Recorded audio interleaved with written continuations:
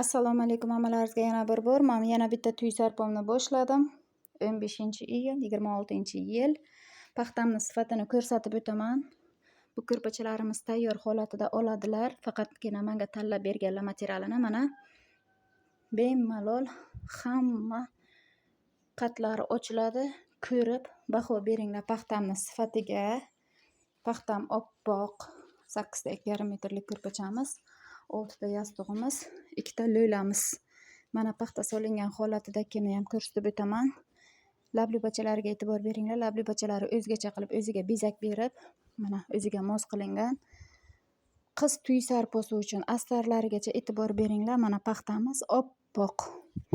Nasib bo'lsa bularni tayyor holatini ham sizlarga ko'rsatib boraman. Ish jarayonimdan sizlarga hozir video qilyapman. Issiqda paxta solish juda ham qiyin. Tikuvchilarimiz buni yaxshi biladi. Ayniqsa ko'rpa qaviydigan, paxta bilan ishlaydiganlar hammasi biladi. Hammalaringizni ishlaringizga omad tilayman. Ishlaringizni barakasini bersin.